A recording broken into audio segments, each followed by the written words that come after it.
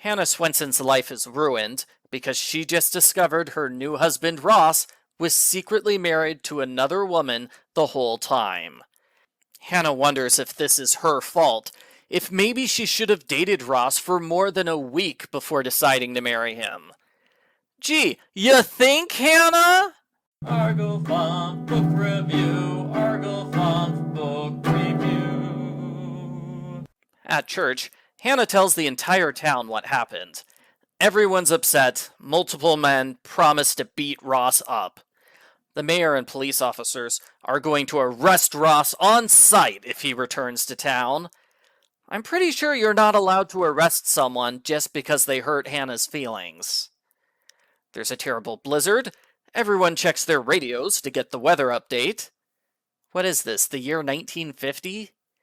Hannah's trapped in her apartment with 4 other people. She has nothing to do but bake for 3 days straight. In other words, she totally loves it.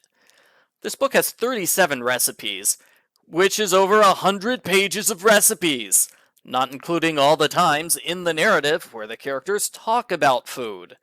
Most of the recipes seem really good, but not that easy chicken recipe.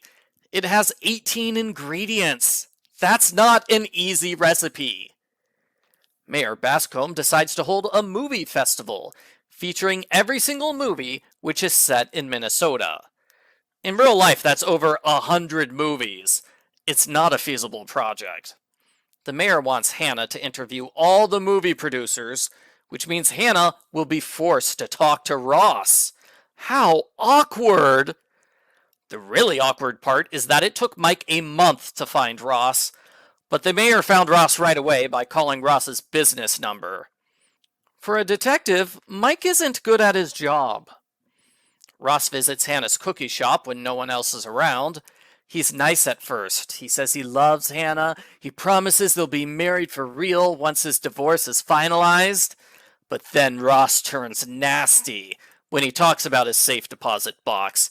He wants $100,000 and the key now. He orders Hannah to get the money for him or else. This book insists that Hannah has to be the one who gets the money from Ross's bank account. The problem is that's not true. The money is already in Ross's bank account. He can get it whenever he wants. He could use online banking. He could transfer it to another account.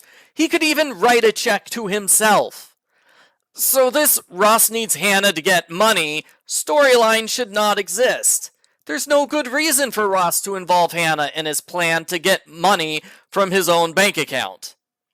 Well, no good reason beyond the fact that Hannah's the main character of the series, so she has to be involved in the story somehow. To the book's credit, it does try to answer the question of why can't Ross write himself a check? The answer is that you can only deposit checks into a checking account. That is not true. But even if it was, Ross could easily open a checking account at another bank. There's more than one bank in Minnesota.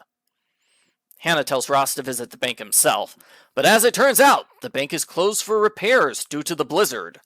Ross is furious. He accuses Hannah of trying to trick him. He threatens to harm her if she doesn't get the money. Hannah meets with her best friend, Lynn Larchmont.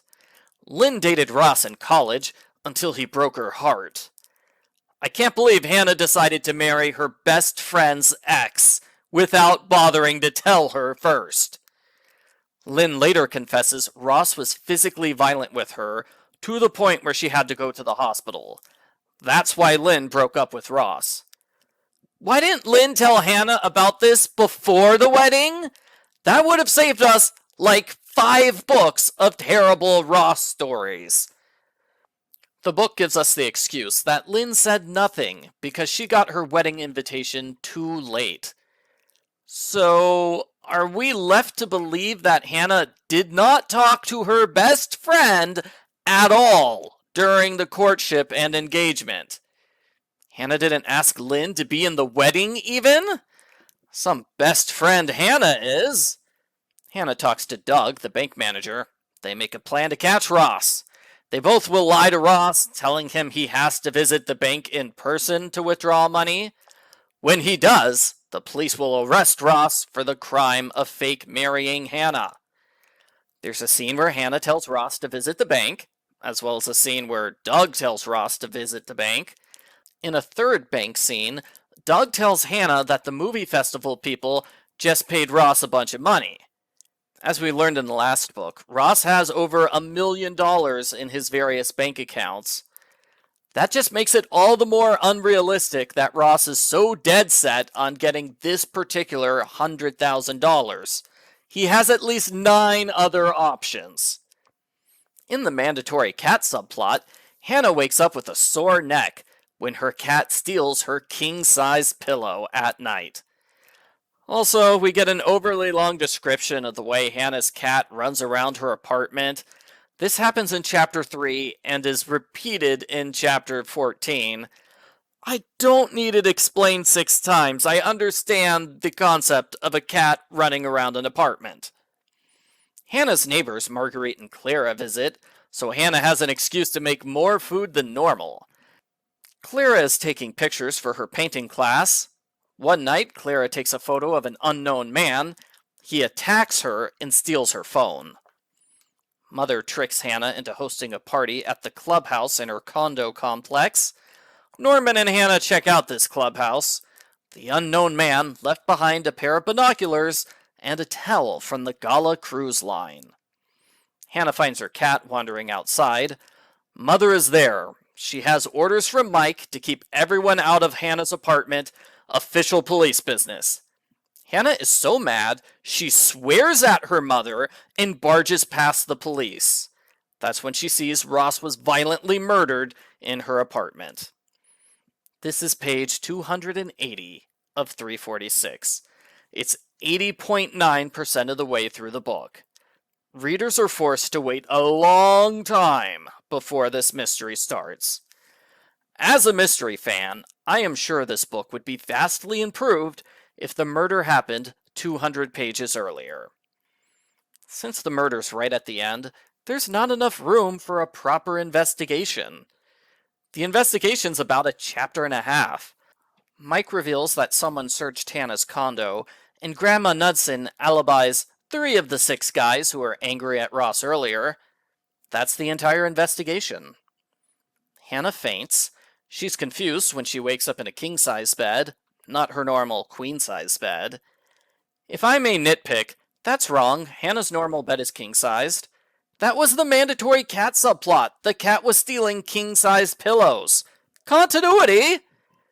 In another continuity error, we are told the director from Book 8 is now living in England? He was the murder victim in that book. That's a pretty big mistake to make. Hannah's family comforts her at length, and she makes new recipes at work. Norman shows Hannah Clara's photo. It shows the unknown man has binoculars and a buffalo plaid hat. Hannah lectures Norman on the different types of buffalo and the history of that particular clothing pattern. So it sounds like Hannah's back to normal after the tragic death of her husband. Lynn's husband Tom comes to visit. He mentions the Gala cruise line. Hannah instantly suspects he's the unknown man, possibly the murderer. She spends a page debating with herself whether or not to bring it up. Hannah makes an excuse to see Tom's hat. It's a buffalo plaid hat, which confirms he's the unknown man that attacked Clara. Disappointingly, Ross's murder has nothing to do with the $100,000 or the fake marriage to Hannah. Those are just coincidences. Tom killed Ross because he lost money by investing in one of Ross's movies years ago. Tom pulls out a gun and threatens to kill Hannah too. She defeats Tom by throwing melting chocolate in his face. In the cliffhanger ending, Hannah worries she's pregnant with Ross's baby. The end. Post-book follow-up. The last chapter of this book made me sad. It lists several of the dangling plot threads, like who is Ross's wife, and why did he need $100,000 cash. I assume this was intended to be suspenseful. It gives readers a reason to read the next book in the series. It just made me sad to see how little of Ross's behavior was explained, even though that was the main story. I have low hopes that the next book will address his actions. I'm still waiting for answers for questions left over from previous books. Like, why did Ross trick Hannah into marrying him? Why did he leave town without any advance notice? And is Hannah ever going to go through Ross's storage unit, which she found 2 books ago? While the mystery is bad, I like the book. Ross is far more interesting now that he's openly acting like a villain.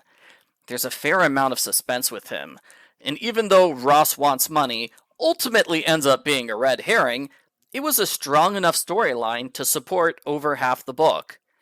I also liked Hannah's interactions with her friends and family far more than normal. We didn't get the usual long, pointless conversations about nothing. For example, the Blizzard storyline was interesting. Those chapters had no effect on the overall story and could easily be removed, but I was engaged while reading them. I still skimmed through most of the recipe stuff, though. Overall, I found this book better than the last several books in the series. It still has major problems, especially the way it puts off the mystery until the very end of the book. Ross really should have been killed at the start. Hannah could have spent the entire book learning the truth about his shadowy past. That would have been so much better. But it also could have been a lot worse. As a suspenseful story with a murder tacked on at the end, it's okay. I give Hannah Swensen number 24, Chocolate Cream Pie Murder, a 5 out of 10.